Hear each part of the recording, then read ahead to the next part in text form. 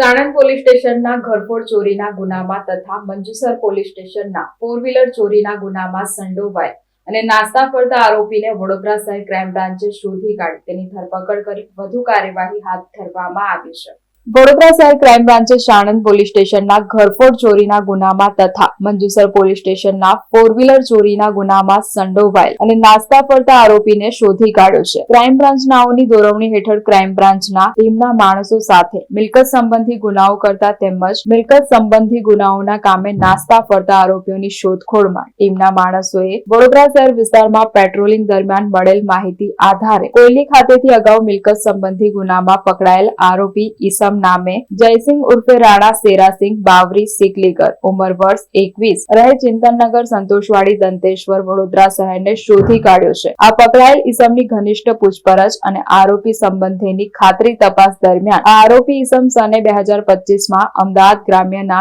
Sanand police સ્ટેશનમાં નોંધાયેલ ઘરફોડ ચોરીના ગુનામાં તેમજ વડોદરા ગ્રામ્યના મંજુસર પોલીસ સ્ટેશનમાં નોંધાયેલ 4 વ્હીલ કાર ચોરીના ગુનામાં સંડોવાયેલાનું અને આ બંને ગુનાના કામે આ આરોપી ઈસમ પોલીસ ધરપકડ ટાળવા માટે આજ દિન સુધી નાસ્તો ફરતો રહેલ હોવાનું જણાઈ આવતા જેથી આ આરોપી અંગે જરૂરી કાર્યવાહી કરી આ આરોપી બાબતે સાણંદ અને મંજુસર પોલીસ સ્ટેશનને જાણ કરી આગળની વધુ તપાસ માટે સોંપવાની કાર્યવાહી કરવામાં આવી છે.